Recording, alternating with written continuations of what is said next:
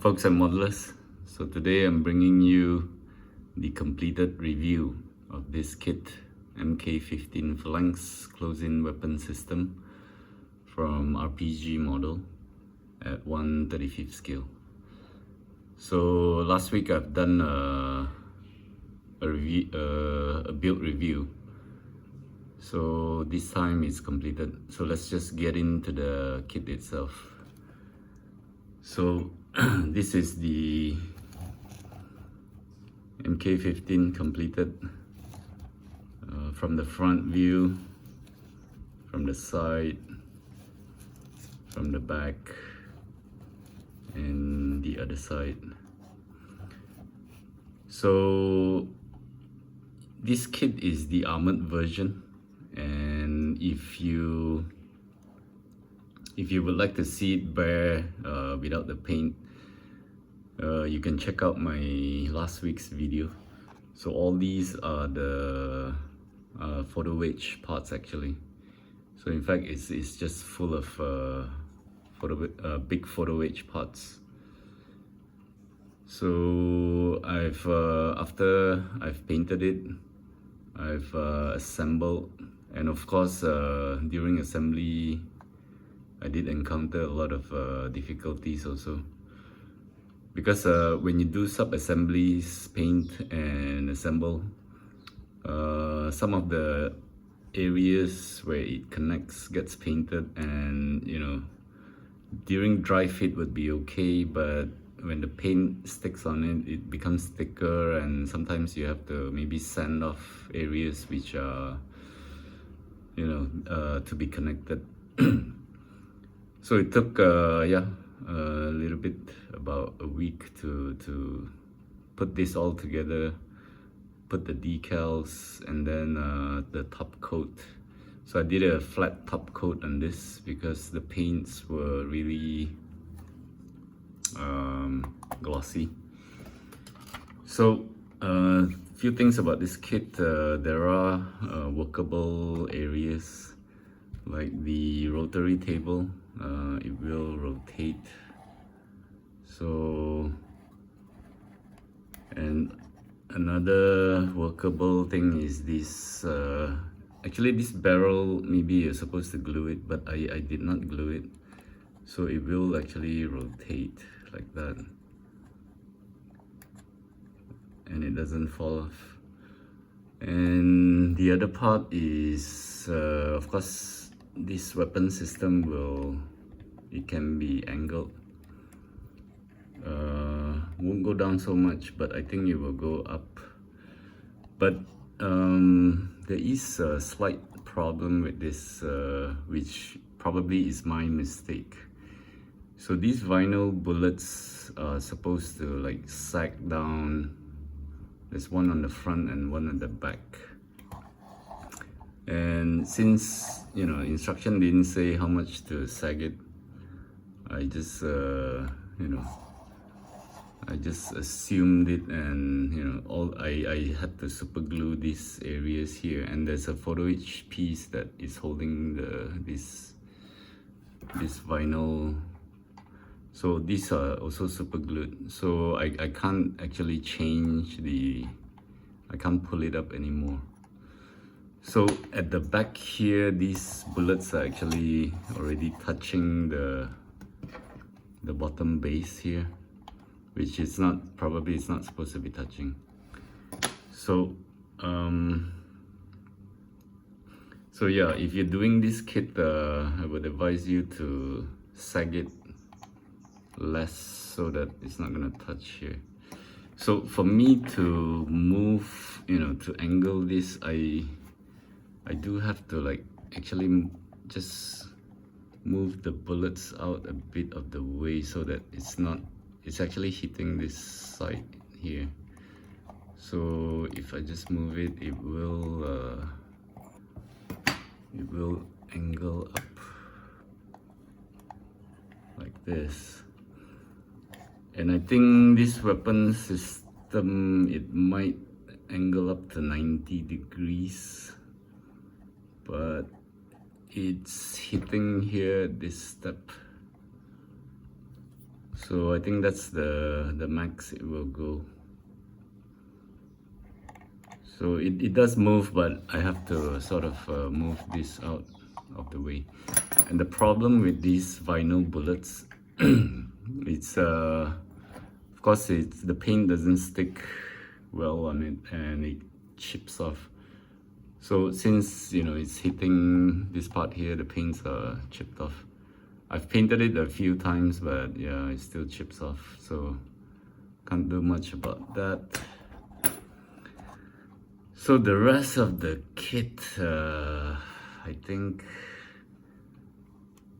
it's pretty straightforward. Of course, there are a lot of these small things, the handles, the hooks. So yeah, while working on this, I did, of course, you will touch all these things and certain things keeps falling off. And this photo edge here, on the legs here, these are very difficult to stick. I tried to stick it a few times, it keeps falling off. So now I think I'm not gonna touch it anymore. Maybe at some point it might fall off. So the rest will be a lot of small things here. And for the paint schemes, I have followed the Chuck Norris version here.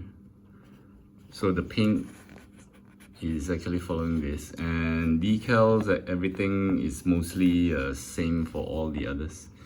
So the only difference is I have added the duck face for this version, and a last minute decision, I decided to add this decal also, Marine Navy, because it's nice. And this is the desert version, which is quite plain.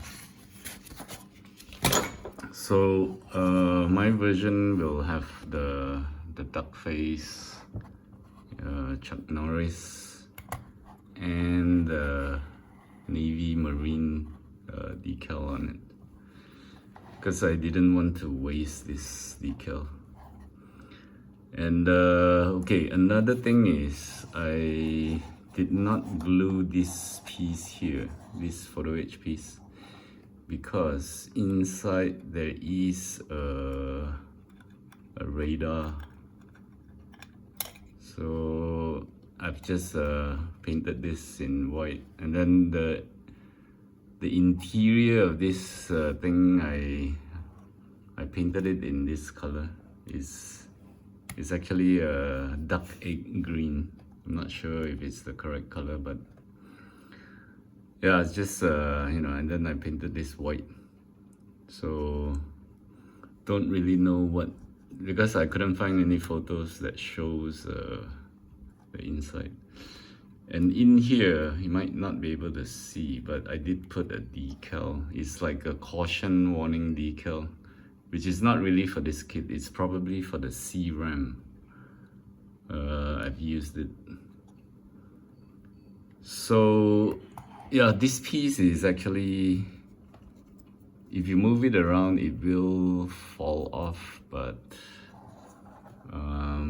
yeah, it's just, if it's just for display, I think it will just sit there. It's a little bit difficult to put in.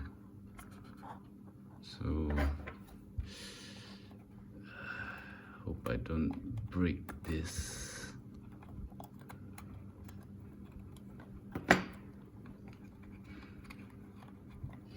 Okay, anyway, I'm just gonna leave it like that. Okay, so I think for this kit, it's quite fun. A lot of big parts, but it was also slightly difficult, especially with small photo edge. So let me just compare this with the with the goalkeeper, which I built early of this year, just for a size comparison. So this is the goalkeeper. So the phalanx is definitely much bigger in size. But if you look at these the barrels, I think the goalkeeper barrel is much I don't know, the arrangement is much bigger compared to the phalanx. But the entire thing, yeah, I think this phalanx is bigger. So this is how it looks like.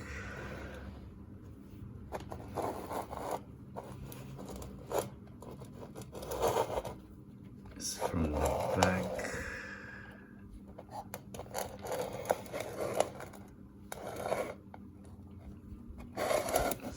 Side again.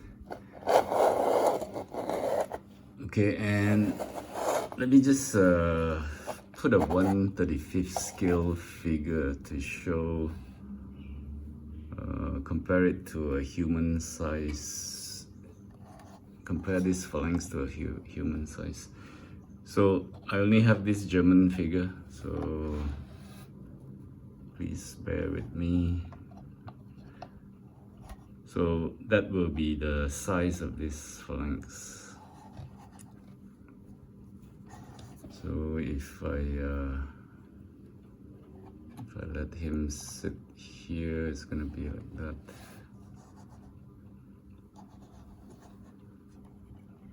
Just move it up a bit. So this would be the completed build. And for these colors here, I had to use the aqueous paints from Mr. Hobby. But these aqueous paints, I haven't worked with this for quite some time. And these are very difficult to stick. So I didn't like it. It's a water base. So comparing to the normal acrylic paint that I always use, this was not so user-friendly. But I had to choose this because this color wasn't available in the acrylic version. And the strange thing is, let me just quickly show you here. It says here this H95 is this gray. So I was thinking this gray was for the entire bottom part here. But this turned out to be almost like a black color. So this wasn't for the body. It's actually for the barrel, I think. So the 57 is the darker one, which is actually for here. So these colors are not so accurate here. I was actually quite confused when I was looking at all these. So anyway, this is done. And oh yeah, just one last thing. So I just wanted to show you that I think a couple of weeks ago I built this. So there is a phalanx on this Arthur Redford here, and I think this is the phalanx at 1250 scale. So this is a 1/35 scale. And of course, I've also built the 1/350 scale phalanx for the ships. And also 1/700, I guess. So this is completed. And I hope you like this video. If you would like to watch the unpainted version, you can go back to my other video. So if you like this, give me a thumbs up, subscribe, and I will bring you more kit reviews and kit builds. So until then, happy modeling and cheers for now. Bye.